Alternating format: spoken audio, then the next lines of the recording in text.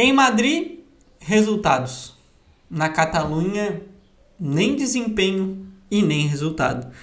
Pois é, minha gente, vamos lá. Olá, senhoras e senhores, vamos falar, como prometido, da primeira rodada da fase de Liga, da Liga dos Campeões, para os espanhóis. E aqui, é claro, vamos tratar um pouco do que foi, muitos jogos, né? Então, não vai dar pra gente entrar propriamente dito na questão tática das equipes muito a fundo, mas a gente vai comentar um pouquinho do que foi cada um na perspectiva de desempenho e também de resultado, né? O jogo estava trabalhando em alguns jogos e o jogo que eu consegui parar um pouco mais para ver foi o jogo do Barcelona, mas aí totalmente condicionado taticamente e de desempenho pela expulsão do Eric Garcia. Mas vamos lá, vamos começar pela ordem cronológica dos fatos e dos acontecimentos. Real Madrid e Stuttgart, o Real Madrid de Kylian Mbappé fazendo sua estreia pela equipe madrilenha no Santiago Bernabéu. E aí, se esperando mais uma vez, a grande expectativa dessa equipe de Madrid é a questão de desempenho, né? Porque o Real Madrid ainda não fez um bom jogo na temporada e permaneceu desta forma, tá?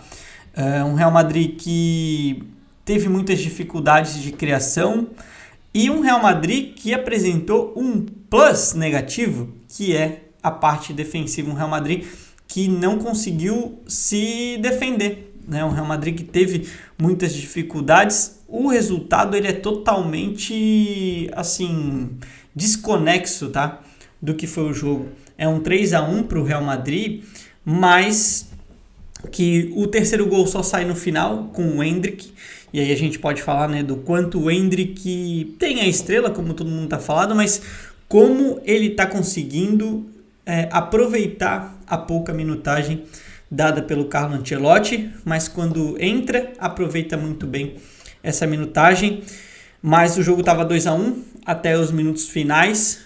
E na falta, né, na cobrança de falta, na tentativa desenfreada e enlouquecedora, o que é natural para o Stuttgart empatar o jogo que merecia já ter sido feito, né, durante a partida. O Real Madrid não merecia o 2-1, mas aí vai todo mundo, há um contra-ataque, o Endrick, com uma certa ajuda do goleiro do Stuttgart, acaba fazendo 3-1, sacramentando de vez, né, algo que já estava praticamente sacramentado, que era a vitória do Real Madrid, mas muito pelo que faltou de efetividade do Stuttgart, né, e também, claro, contando com uma belíssima atuação do Courtois. O Stuttgart criou chances, teve boas finalizações e um Real Madrid, mais uma vez, sem identidade. Não dá nem pra gente dizer que é um Real Madrid penso como foi nas primeiras rodadas de La Liga e até do que era o ano passado, então talvez isso crie algo positivo no torcedor madridista, né? Que é uma dificuldade, mais uma vez, do Real Madrid encontrar o seu jogo, como foi na temporada passada, essa temporada mais do que na passada, e que culminou com títulos de La Liga, da Supercopa da Espanha e também da Champions. Mas é isso. Individualmente o Real Madrid também abaixo, Vinícius Júnior muito abaixo, muito abaixo. Um Mbappé que consegue fazer seus gols, e isso talvez tire um pouco de pressão do Real Madrid, mas, cara, é um time que deixa muito a desejar. Ainda sem identidade, se pausa, se acelera, sem identificar o ritmo de jogo, e por isso muita gente botando a conta na falta do Toni Kroos, que eu concordo. Eu penso que o Bellingham voltando pode ser que dê um ritmo melhor para o Real Madrid, mas o Carlo Ancelotti está muito incomodado e vai ter que achar um ritmo, uma identidade, melhor dizendo, para esse Real Madrid, que também pouco soube se defender. Então, uma partida bem abaixo do Real e um placar totalmente desconexo do que foi a performance tanto do Real Madrid quanto do Stuttgart, mas o Real Madrid permanece vencendo, e aí isso vai botando panos quentes, né, naquilo que vai abafando tudo que poderia ser uma fogueira ardente para a equipe de Chamartin. Passamos para o jogo de quarta-feira do Girona. O Girona enfrentando o Paris Saint-Germain. E aí, assim, o Girona não se espera muita coisa. O próprio Mitchell Sanchez fala que não é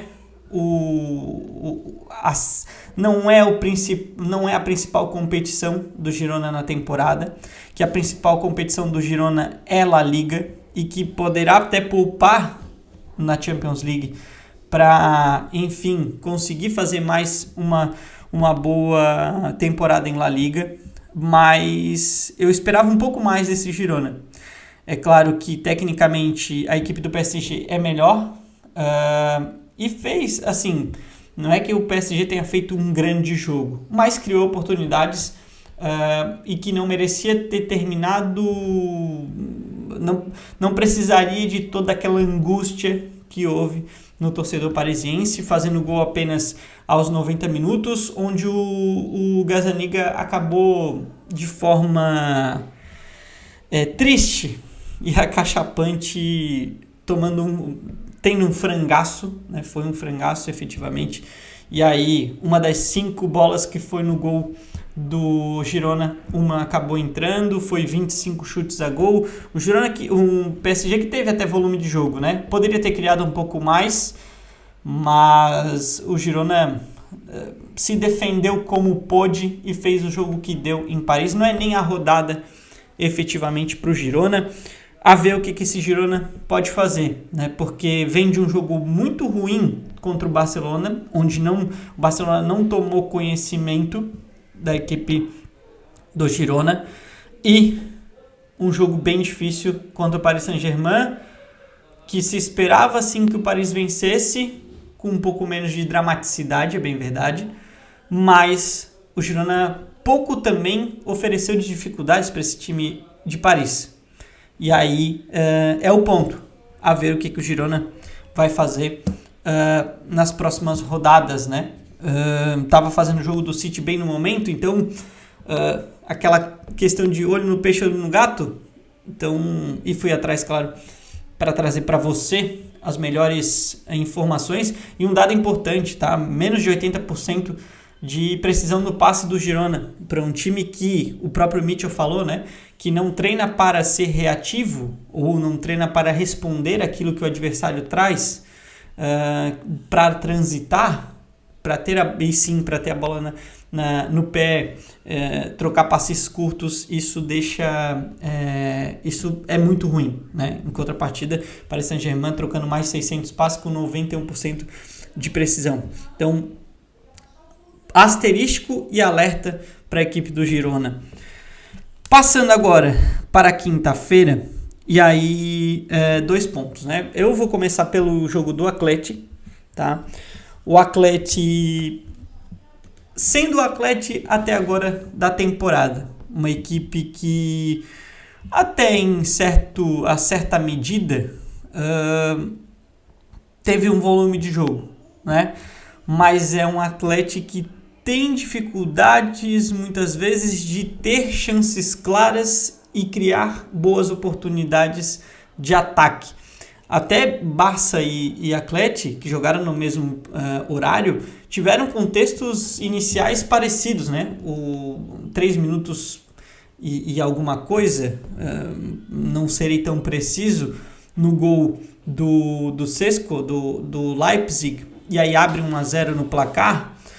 Enquanto isso, lá em Mônaco, o Barcelona tinha o seu primeiro expulso e já logo na sequência tomaria o gol, né? Então, começos de jogos complicados tanto para o Atlético como o Barcelona. Mas me mantendo na vertente do jogo do Atlético, criou pouco, mas teve uma peça que tem sido essencial para essa equipe do Cholo Simeone, que é o Antoine Griezmann, que faz o gol do 1-1 ali próximo dos 30 minutos do primeiro tempo, empata, leva o empate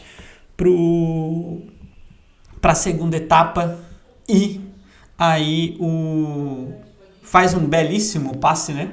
Uma belíssima assistência pro José Maria Giménez, o Giménez até quase que chorando, né, no gol aos 90 minutos, e aí um gol que deu sobrevida à equipe do Atlético num primeiro jogo difícil contra uma equipe que é muitas vezes complicada de jogar, e foi uma equipe que tentou até jogar no Civita Metropolitano, né?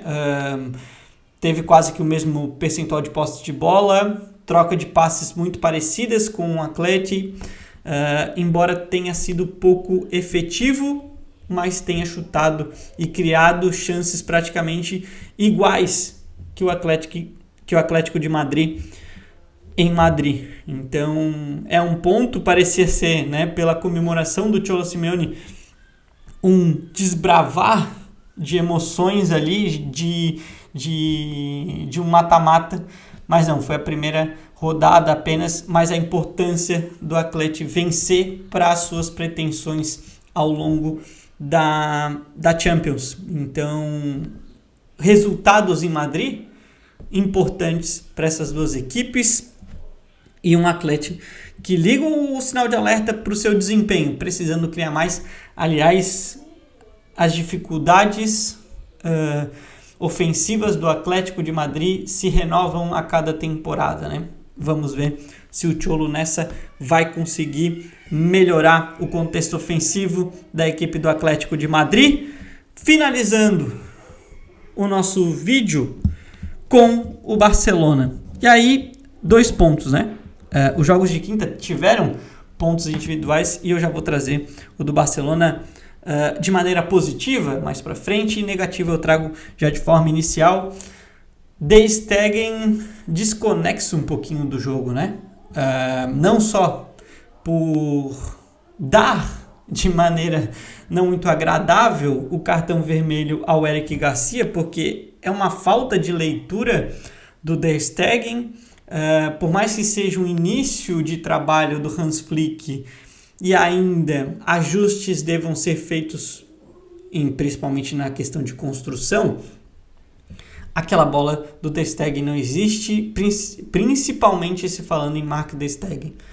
Talvez para muitos o melhor goleiro do mundo ou próximo disso, não ficando tão distante ali de Courtois, Ederson, e com os pés um belíssimo jogador também, mas entregou na fogueira para o Eric Garcia e nem existia aquela possibilidade de passe. O Eric Garcia, sendo obrigado a fazer a falta, trocou o cartão vermelho para o gol, que viria um pouco mais para frente, porque aí o Mônaco, depois dessa falta, teve volume, conseguiu imprimir dificuldades ao Barcelona, que tinha dificuldades para sair, e o jogo ficou condicionado demais a esse cartão, né?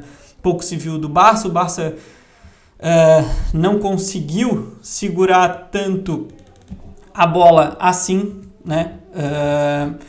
E aí a gente tem uma dificuldade do Barcelona de jogar e principalmente ter o resultado, embora, né, o Barça tenha chutado apenas uma bola no gol, e embora o Barça tenha tido dificuldades até de sair na velocidade, não conseguiu acionar Rafinha, não conseguiu acionar Lamine Yamal, mas muito condicionado ao que foi o cartão vermelho do Eric Garcia.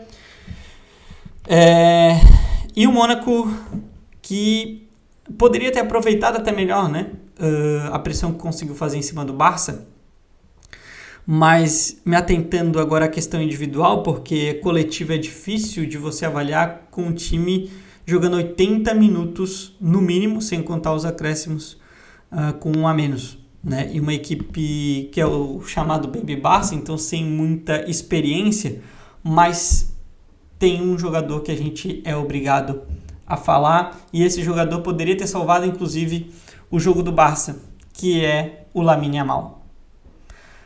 Lamine Yamal, ele é um... Cara, é um jogador que a gente tem que ficar muito...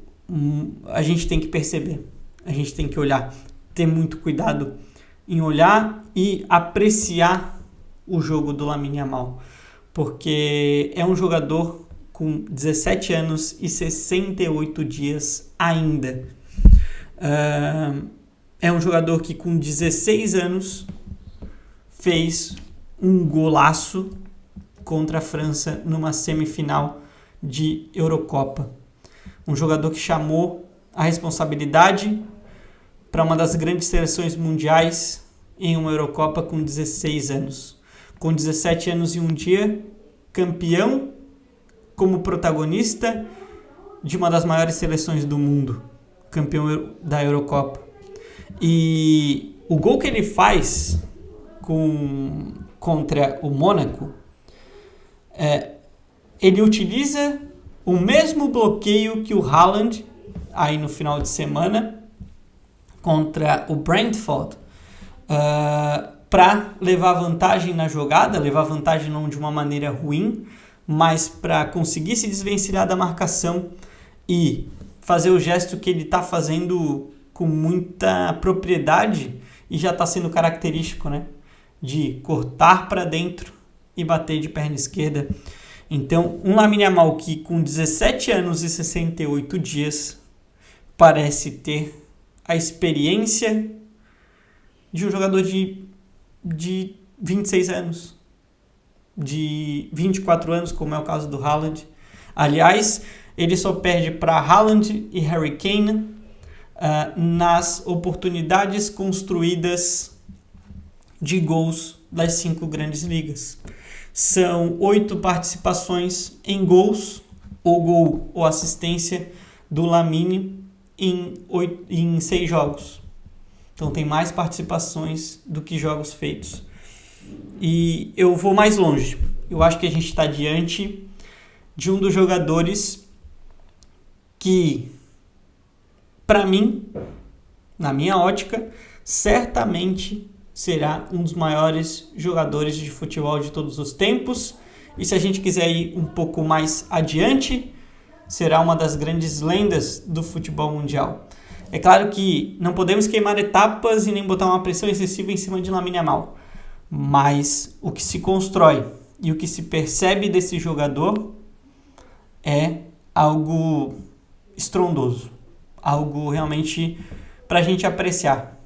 Para quem gosta de futebol, tem que parar e apreciar Lamine Yamal, porque os caminhos trazem boas visualizações, bons fluidos para o Lamine Yamal, que se molda, né? Se adapta às jogadas, a determinadas situações de jogo, leituras, entendimentos, decisões. As decisões do Lamine Yamal são muito interessantes, as tomadas de decisões do Lamine Yamal. Enfim, estamos diante de um dos grandes jogadores do futebol atual, que deve ser um dos grandes jogadores do futebol mundial para a eternidade e muito provavelmente uma das lendas do futebol como um todo. Enfim, é realmente espantoso o que faz Lamine Yamal com, repito, 17 anos e 68 dias. Espero não ter me excedido no contexto de emoção, porque sempre procuro trazer a razão para as análises. É isso, minha gente. Enfim, como eu disse anteriormente, bons resultados para Madrid, desempenhos e resultados aquém. Claro que o Barça condicionado, o Girona esperado, mas é esse o diagnóstico que a gente tem desta primeira rodada da fase de Liga da Liga dos Campeões para os espanhóis. Nos vemos em breve, talvez no sábado ou no domingo, para falar do que foi o jogo, ou do que será o jogo de Corinthians e Atlético Goianiense. Fique ligado. Muito obrigado pela sua audiência, por ter ficado comigo até aqui. E um forte abraço. Até breve.